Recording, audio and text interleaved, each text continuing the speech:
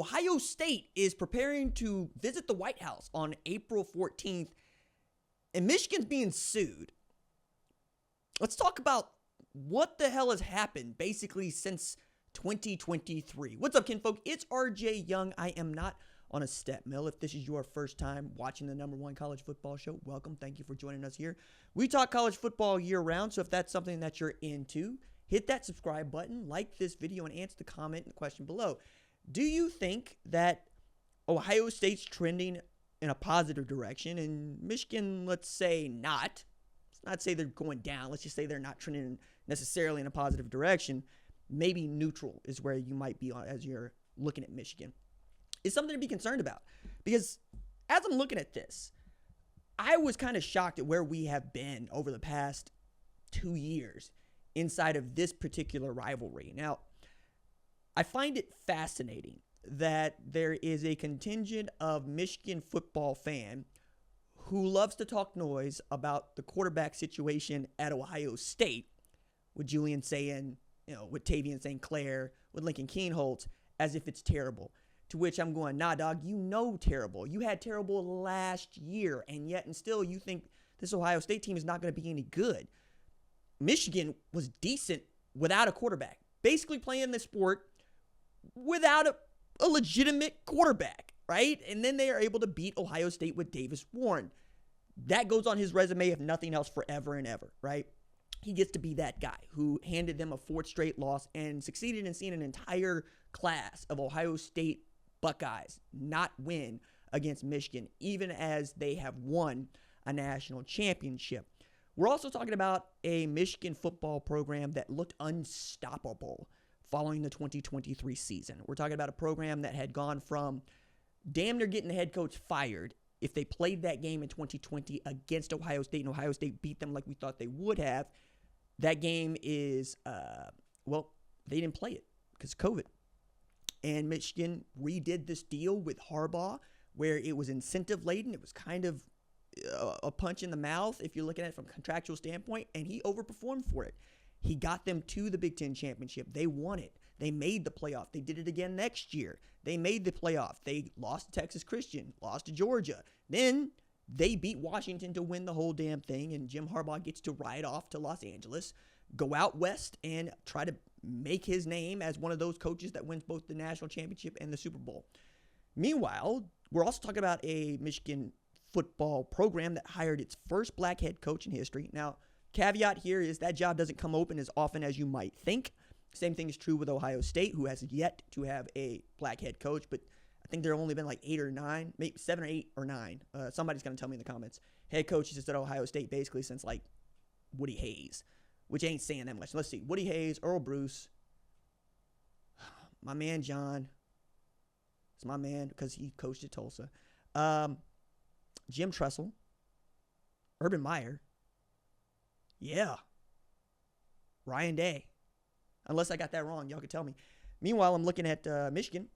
We're talking about before Jim Harbaugh, right? You got to go through the Brady Hoke period. You got to go through the Rich Rod period. You got to go through the Lloyd Carr period before you get all the way back. Like it's not that far back to Coach Schembechler, honestly. So it just doesn't happen that often. But I chose to celebrate it because I always celebrate first in Black history. Like I'm that guy. I wrote 2 books about Black history. One of them is about the Tulsa Race Massacre. One of them is about becoming an NRA basic pistol instructor, learning to shoot, learning to get good at that. But this is who I am. This is my bag. Like the book was nominated for an NCAA Image Award. That's how good Requiem for the Massacre is. You should read it.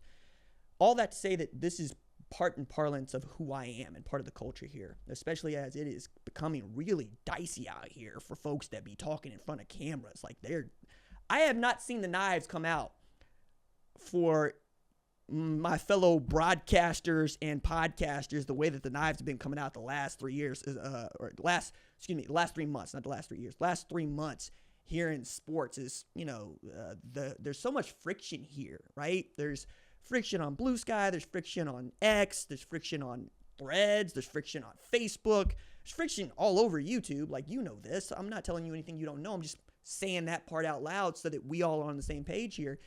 As I'm also looking around at an Ohio State team that figured it out, right? It was a year, 2024, where they had to win it.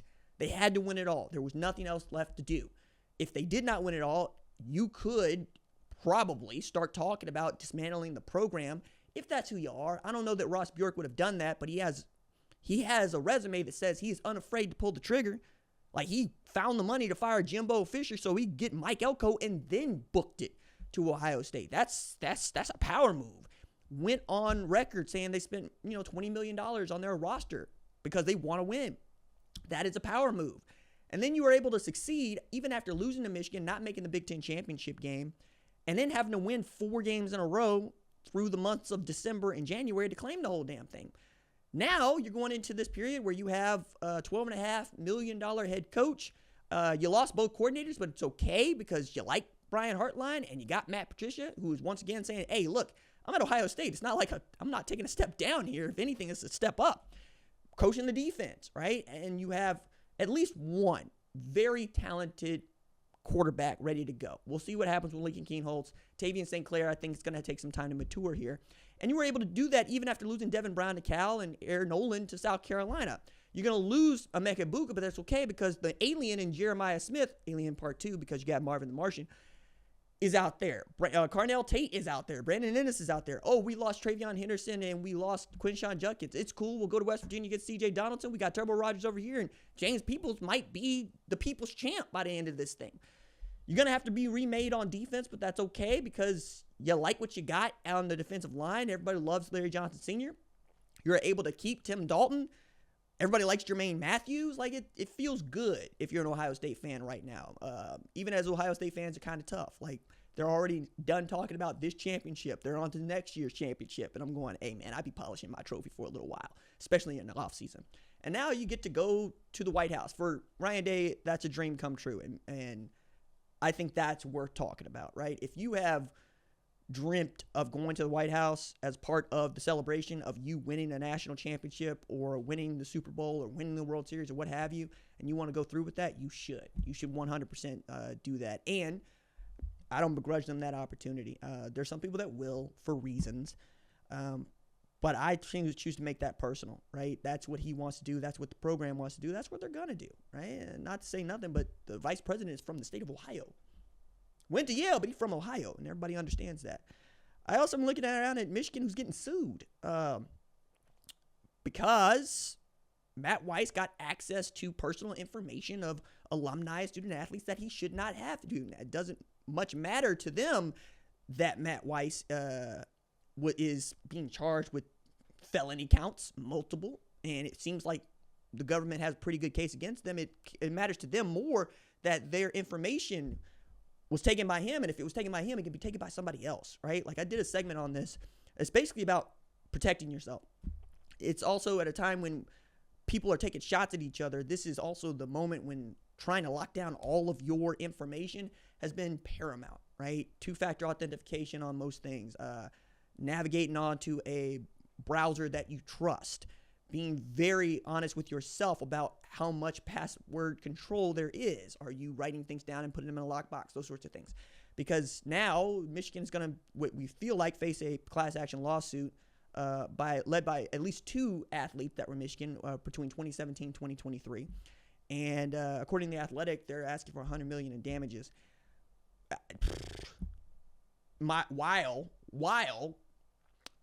Larry Ellison's Oracle came up with, $12 million to pay Bryce Underwood to be the quarterback. They got Mikey Keene there. And Sharon Moore is, I think, doing a pretty good job of building out this recruiting class and really trying to keep it focused and on the tracks as the Connor Stallions thing is still going on. Like, the sign stealing hasn't been resolved yet because the NCAA ain't come out with something that they want to tell us with. So that's going to be looming as well. I find it funny that Larry Ellison can come up with $12.5 million to pay Bryce Underwood, but can't come up with enough money to go get himself a number 2 driver for the Oracle Red Bull racing team, because feels like Liam Lawson is about to be on his way out. They're going to put Yuki in that car for the Japanese Grand Prix, which is the time to put Yuki in that car because he is Japanese and it is his Grand Prix, and you can sell the hell out of it. And then you can play musical chairs once again, like you did with Pierre Gasly, like you did with Alex Albon, like you did with Carlos Sainz. Like, it's been terrible business for anybody. Daniel Ricciardo, who had 2018 was his year, man. Like, I rewatched the Monaco Grand Prix, which was ridiculous because he won that Grand Prix without the use of 7th and 8th gear. And while it is a slow track already, Sebastian Vettel was getting into 7th down the main straight, and Daniel Ricciardo was having to redline it all the way up through there. He still made a gap.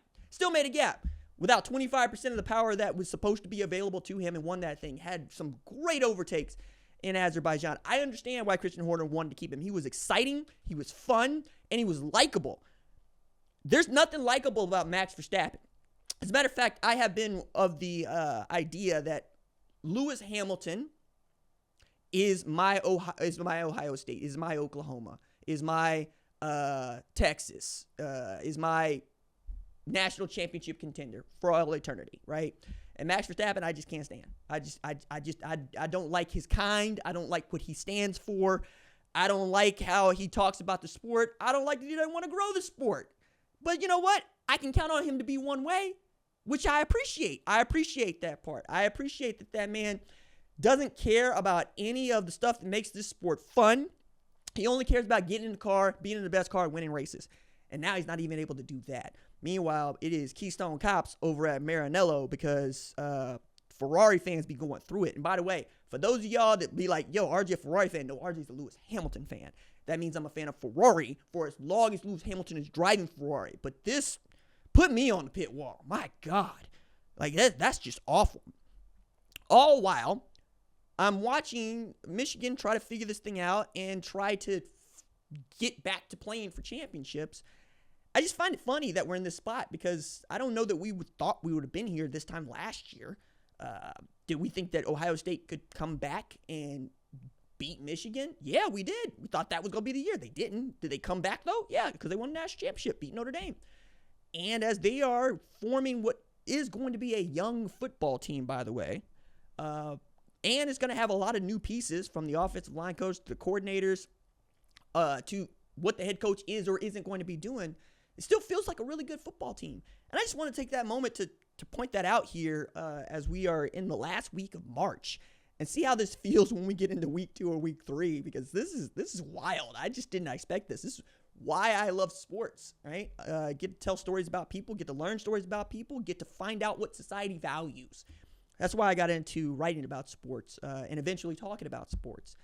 This is always a place where I can understand the culture. I can understand people. I can understand society through the prism of sports, through our church of sports, through our cathedrals that are stadiums. We go every Saturday like we go to church every Sunday. It's what we do. And because it's what we do, we get a better understanding of each other. And that's one of the reasons that I also bring up being black, right? And why that matters. It's a great way to get into this. That's why RG3 was all on one the other day, and Stephen A had to tell him what's good. And then what I love about this and what people forgot about was, I mean, Stephen A liked that dude. Like, he really does. He rocks with him. And the way that it's been going, he made that difficult. I always say that there are 3 things to get you a job. Have people like you, be on time, be good at your job. You get 2 of the 3, you're fine. Be on time, be good at your job. Don't matter if people like you. Although people liking you can go a long way. It's always worth it to be kind, especially when it is not necessarily in your interest to be kind or when you don't have to be. That's what I'm learning now. And that's why I want to do this. Take a look at Michigan, take a look at Ohio State and go, you know, we've already learned that this can go either way anytime. 10 years in a row, Ohio State beat the hell out of Michigan. Now Michigan looking to go 5 in a row, while Ohio State tries to figure out how to go back-to-back with national championships, which is kind of interesting and fun. But in all this, it does pay, especially at this time, to be kind about it. Some people say humble. I don't know about humble, right? Reggie Jackson would say what I would believe, which is, hey, it ain't bragging if you can do it. It's just stating a fact. But yeah, man, be kind to each other. Have fun. I'm going to tell my jokes. I'm going to get my jokes off, and when it's time to come get me, y'all going to come get me.